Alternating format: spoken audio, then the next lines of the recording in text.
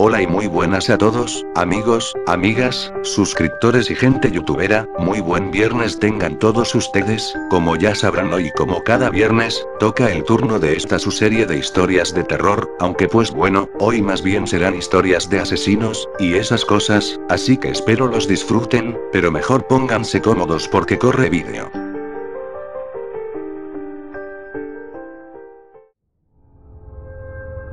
Ted Bundy.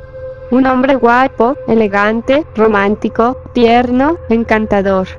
Así lo definían sus amigos, sus novias y los que lo conocían, posiblemente lo contrario que pensasen las jóvenes que asesinó. Nació en 1946, hijo de una joven chica soltera que provenía de una familia puritana. Es rechazado por ella durante los primeros años de su vida por ser hijo ilegítimo. Ella, la madre de Ted, trata de disimular a su hijo, que es considerado como una vergüenza para la familia, tratándolo como si fuese su hermano. Bundy se crió en casa de su abuelo, un hombre violento que pegaba a su mujer. Las secuelas de estos rechazos en la infancia serían visibles en la adolescencia, a través de su carácter sumamente tímido e infantil y de su tendencia a la soledad. Comienza a aislarse de sus compañeros de juego y adopta un cruel y extraño comportamiento hacia cuanto le rodea, por ejemplo, mutilando a los animales que atrapa. Más tarde cursa estudios de Derecho y colabora en algún partido político trabajando activamente en las campañas. Pero en esa etapa de su vida, decepcionado por una sociedad en la que no encaja, comienza su etapa como asesino en serie. El primero de sus crímenes tendría lugar en Washington en 1974, cuando ataca a una mujer mientras dormía, golpeándola con una barra de hierro. Apenas un mes más tarde asesina a una joven en el mismo campus universitario, llevándose el cuerpo lejos de allí una vez muerta esta, pero dejando la habitación llena de sangre. En todos sus crímenes adoptaba un mismo ritual.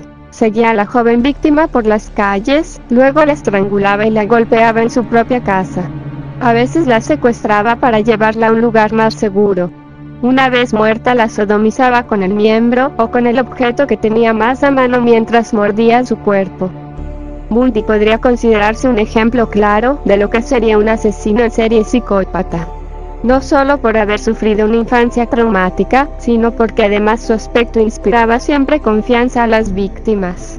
Si bien al principio cometía sus crímenes por la noche, guardándose de un posible testigo que pudiese identificarlo ante un tribunal, poco a poco se iría confiando y abordaría a las futuras víctimas por el día. Apoyado en su atractivo y su carismática personalidad, se paseaba por los supermercados pidiendo ayuda a mujeres jóvenes para conducir su coche Volkswagen, fingiendo que tenía un brazo roto y sin que éstas sospechasen lo más mínimo que hablaban con su futuro asesino. Tras sus primeros crímenes, Bundy comienza a viajar por una buena parte del país: Washington, Utah, Colorado y Florida, dejando a su paso una serie de crímenes y secuestros. Es arrestado una primera vez el 16 de agosto de 1974 en Utah, tras ser identificado por una mujer que meses antes había intentado secuestrar. Se le condena a cumplir una pena de prisión en Colorado, pero logra escaparse antes de ser encerrado y desaparece durante más de 2 meses. 2 meses que le servirían para seguir cometiendo espeluznantes crímenes, esta vez 3 jóvenes, entre las cuales una tan solo contaba con 12 años. Es nuevamente detenido en Florida. En el juicio, él mismo se defendería en tanto que abogado, apoyado por un grupo de jóvenes fans que reclamaban su inocencia ante las puertas del juzgado. A pesar de todo, la prueba irrefutable que lo ocultó la aportaría un odontólogo forense, tras comparar las marcas de unos mordiscos en uno de los cadáveres con los dientes de Bundy. Evidentemente ambos moldes coincidían. Después de 6 horas de deliberación, el jurado lo condenaría al corredor de la muerte por 14 homicidios de primer grado.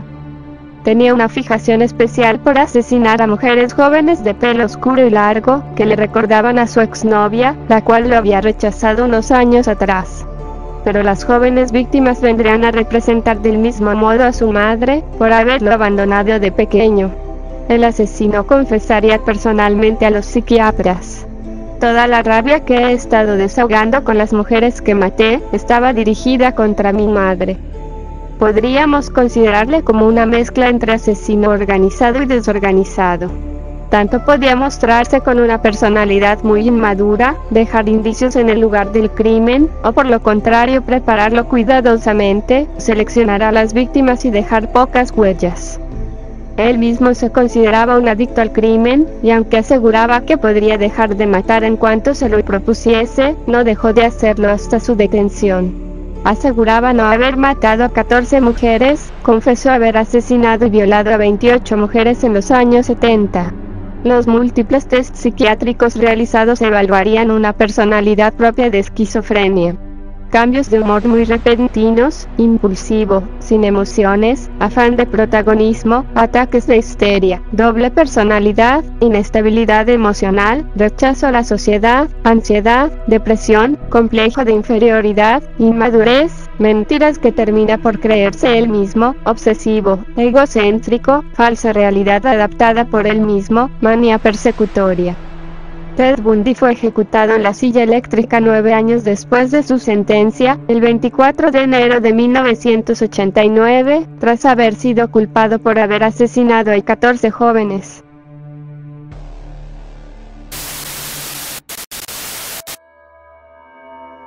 Richard Ramírez, el merodeador nocturno.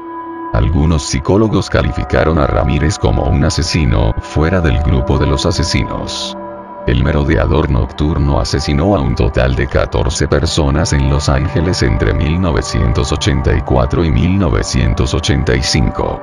Como la gran mayoría de los asesinos en serie, fue un adolescente muy problemático, empezando a robar y posteriormente a consumir drogas. De Texas, su ciudad natal, se va a Los Ángeles en donde empezaría su etapa en tanto que criminal.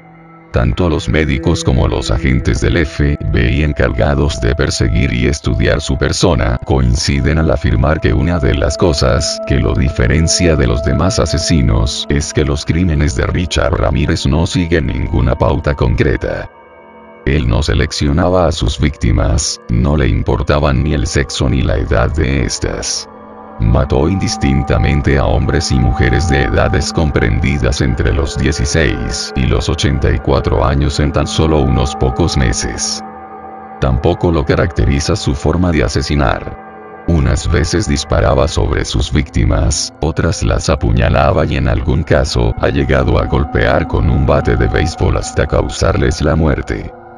Por otro lado, su manera de actuar reflejaba un cierto desorden mental. Se podía comportar como un asesino organizado, planeando el crimen de forma consciente y sin dejar ningún indicio que pudiese identificarlo, como lo hacía de forma desorganizada, sin motivos, inconscientemente, guiándose por sus impulsos y creyéndose protegido por su dios, Satán. Entonces, no le importaba dejar el arma en el lugar del crimen o pararse después de haber cometido el asesinato para pintar símbolos satánicos en las paredes. En algunas ocasiones robaba algo de dinero en la casa de la víctima o bien se paraba tranquilamente a comer lo que había en la heladera. Según las propias declaraciones del asesino, su juego favorito al salir de casa era buscar a la presa. Lo hacía paseándose entre las casas del vecindario, escuchando a CDC en un Walkman. Una vez que elegía a la futura víctima, entraba en la casa tranquilamente y con una frialdad inhumana procedía a violar, golpear y matar. Sus crímenes no seguían ningún móvil aparente. Eran totalmente imprevisibles, puesto que el asesino no sigue ni el mismo ritmo ni el mismo patrón en su manera de actuar. Una cosa que sí se podría resaltar es que, al principio, Ramírez solía golpear y violar a sus víctimas, dejando incluso a veces que se fuesen con vida. Pero a medida de que pasaba el tiempo, se iba haciendo cada vez más y más cruel hasta el punto de que incluso remataba a sus víctimas mutilando, como en una ocasión, que no estando satisfecho de haber violado a una joven, le saca los ojos con una cuchara antes de apuñalarla y los envía al lugar del crimen el día siguiente. Cuando comenta la anécdota en el juicio, declara sin dejar de sonreír: sí, ella aún estaba viva mientras se los arrancaba. Aunque siempre confió en que el poder de Satán lo protegía y que nada podría detenerlo jamás, lo cierto es que en agosto de 1985 es detenido por la policía de Los Ángeles. El hecho de que Ramírez no siempre acabara con las vidas de sus víctimas hizo posible que algunas de entre ellas fuesen capaces de describir al asesino. Inmediatamente las fuerzas de seguridad de todo el país se encargaron de publicar un retrato robot en todos los medios de comunicación, hasta que el 25 de agosto, mientras caminaba por la calle, una mujer lo reconoce y da la alarma gritando: "Este es el asesino". El Night Stalker trata entonces de huir perseguido por un grupo de gente que furiosamente aclamaba: "¡Mátenlo!". Pero es finalmente capturado mientras intentaba robar un vehículo. Por suerte para Ramírez, una patrulla de la policía interviene antes de ser linchado por la multitud. El día del juicio, el 4 de octubre de 1989, se muestra más provocador que nunca, apareciendo con un pentagrama tatuado en la palma de la mano y haciendo declaraciones como las siguientes: "Yo no creo ni en la hipocresía ni en los dogmas morales de la llamada sociedad civilizada. Solo me basta con mirar dentro de esta habitación, para conocerlos tal y como son: mentirosos, cobardes, asesinos, ladrones, y cada uno con su propia profesión legal. Son unos gusanos hipócritas, me ponen enfermo. No necesito oír todos los raciocinios de nuestra sociedad. Ya los he oído antes y los argumentos siempre son los mismos. No me entienden.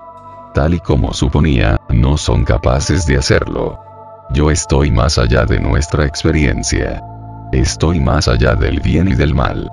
Finalmente es acusado de 14 asesinatos, 5 intentos de asesinato, 9 violaciones, entre las cuales 3 han sido a menores, 2 secuestros, 4 actos de sodomía, 2 felaciones forzadas, 5 robos y 14 allanamientos de morada.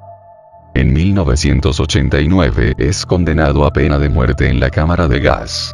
Desde la celda, espera el día de su ejecución sin perder la fe en el poder de Satanás. Legiones de la noche. Razas de la noche. No repitan los errores del Night Stalker y no concedan clemencia alguna. Yo seré vengado. Lucifer está con nosotros. Esas fueron sus últimas palabras, antes de ser llevado a su muerte.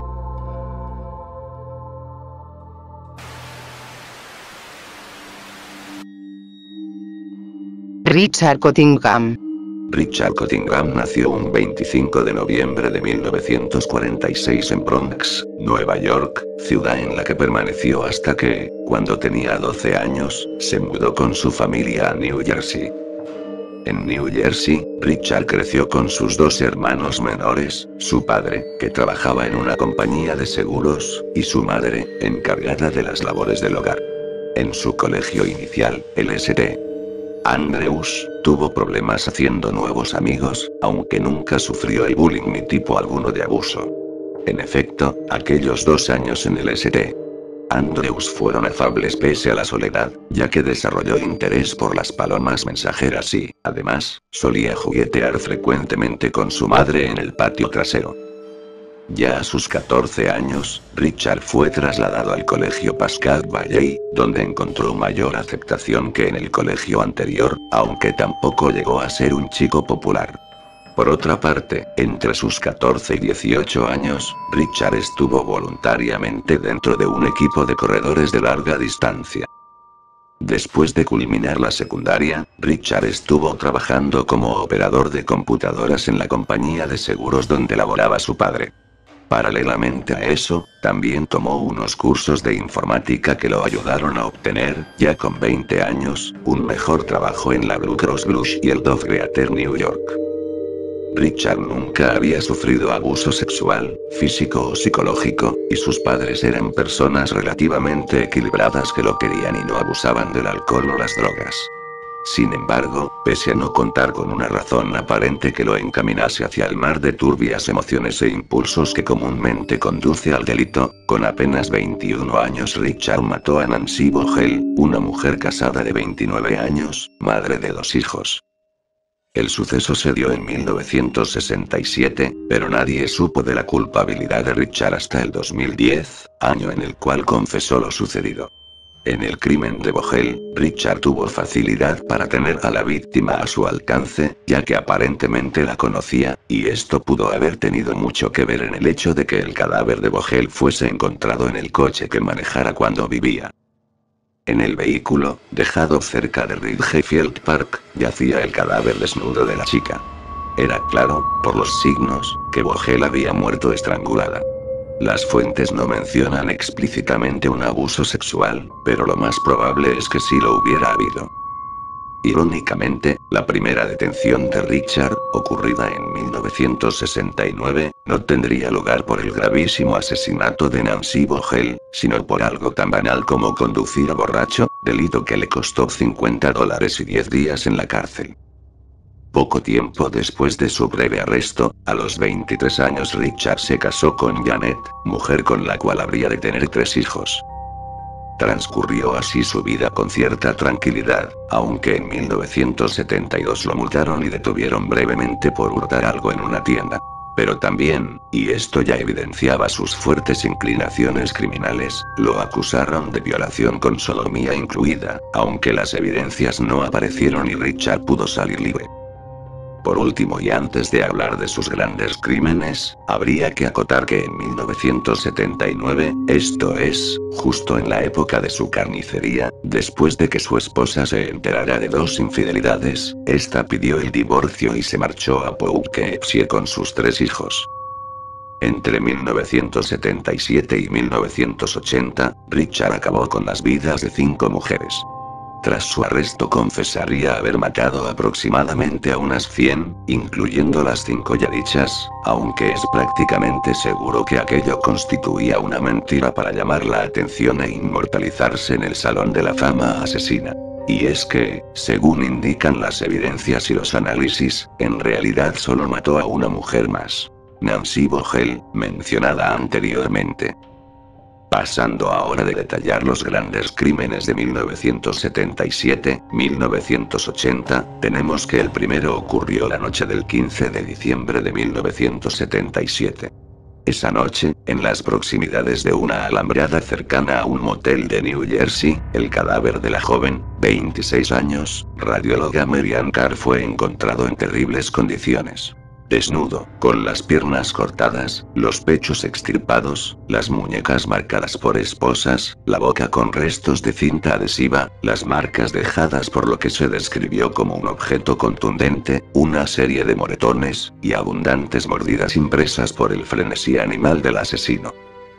La historia detrás de la escena dantesca era que Richard la secuestró cerca de su apartamento, la llevó a un hotel, y allí la torturó, abusó sexualmente de ella, y la estranguló y asfixió con cinta adhesiva. Tras lo cual, probablemente, la mutiló en la habitación para guardar el cuerpo con mayor facilidad, y finalmente lo dejó tirado cerca de la playa. En marzo de 1978, Richard bebía en un bar cuando de pronto una mujer atrajo su atención. Él se acercó a la chica, Karen Schilp, pretendiendo ser un tal John Schaefer, conversó un rato con ella, la drogó, sin que ella lo notara, la llevó a un sitio que aún permanece sin identificar, y allí la violó, para finalmente, creyendo que estaba muerta, dejarla abandonada en una alcantarilla cercana a un complejo de apartamentos. Casi seguramente Karen estaba inconsciente cuando la violaban, ya que, poco después de su suplicio, fue encontrada por un empleado de hotel y llevada a la comisaría, donde no pudo recordar prácticamente nada de lo sucedido, debido a la droga que Richard le dio.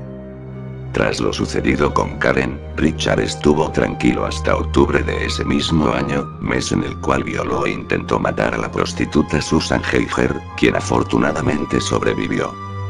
Esta vez no esperó mucho para su siguiente crimen, y en diciembre de 1979 contrató a una pareja de prostitutas y se las llevó al Travel Lodge Motor Inn, donde empleó gran parte de la noche en torturarlas y abusar sexualmente de ellas, para finalmente asesinarlas, cortarles las cabezas y las manos, meter las cabezas y las manos en un saco, prenderle fuego a la habitación y marcharse impunemente. Cuando el humo comenzó a salir por debajo de la puerta, un empleado del hotel avisó a los bomberos y, cuando posteriormente la policía llegó, no había más que 2 cuerpos mutilados y engullidos por el fuego. Uno perteneciente a la prostituta de origen kuwaití de Dagot Zari, de 23 años y madre de un bebé de 4 meses, el otro, perteneciente a alguien que aún está sin identificar, y que solo se sabe que era una chica con no más de 19 años. Ya en 1980, un 5 de mayo, Richard acabó con la prostituta Valerie Ann Street de 19 años. El crimen fue descubierto por una mujer perteneciente al personal de limpieza de Leaves Quality Inn, en New Jersey.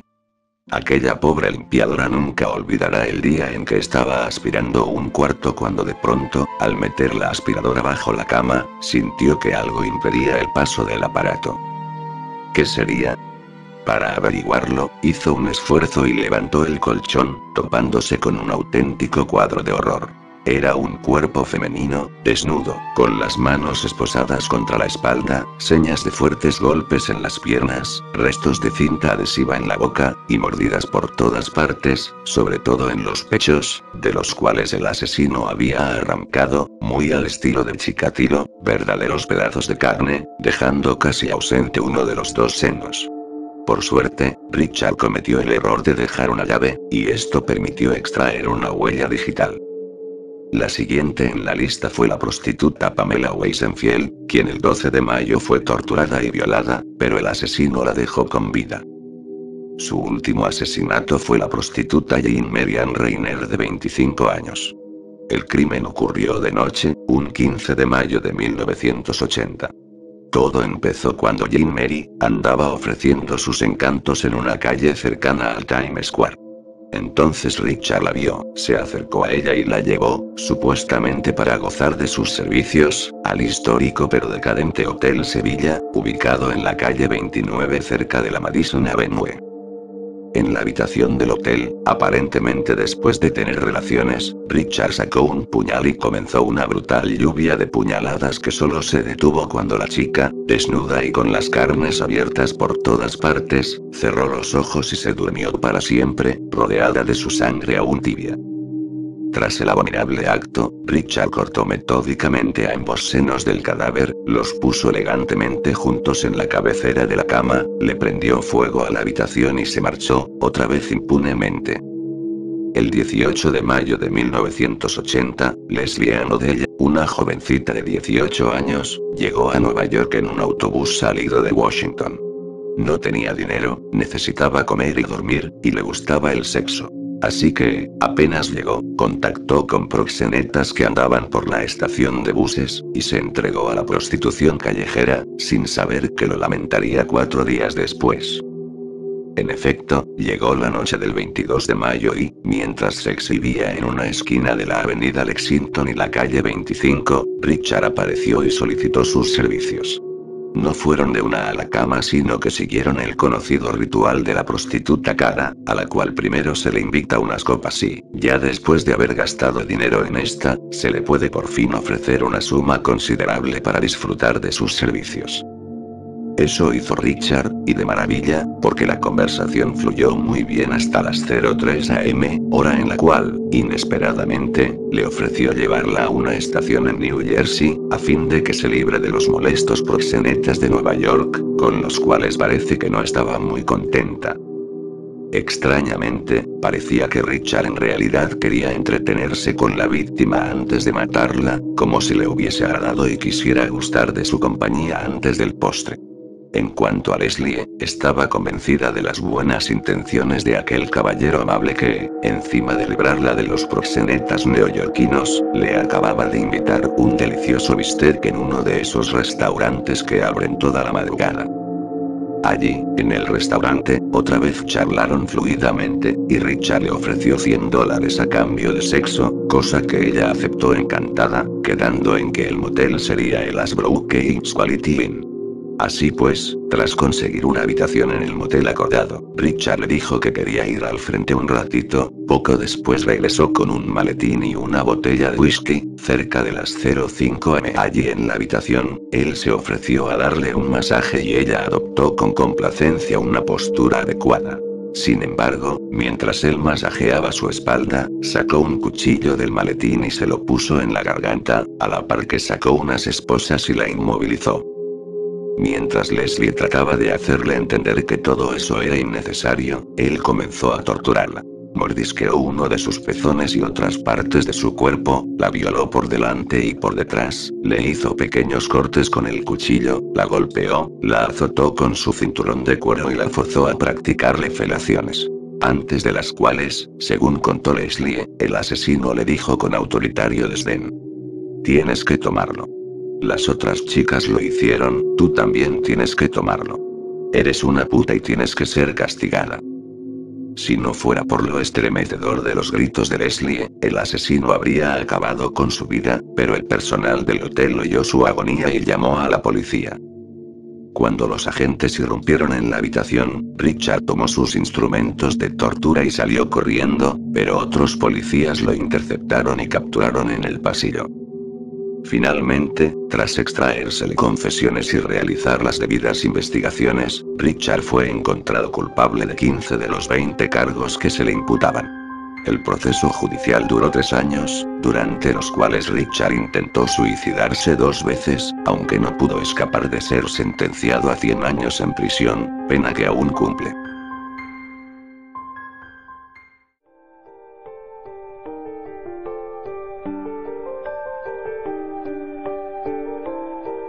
Pues bueno, aquí termina el video de hoy, espero que les haya gustado, los espero en el próximo video con más historias, y recuerden que si les gustó el video, ya saben, denle like y compártanlo, y si es la primera vez que ves uno de mis vídeos no te olvides en suscribirte, que es totalmente gratis y fácil de hacerlo, dándole clic al botón de suscribirse, o al logo del canal que aparece en tu pantalla, y no te olvides en activar la campanita de notificaciones, esto es para que te avise cuando ya subí un nuevo video. Bueno, espero que se la pasen bien, los espero en el próximo video con más, se me cuidan y chao.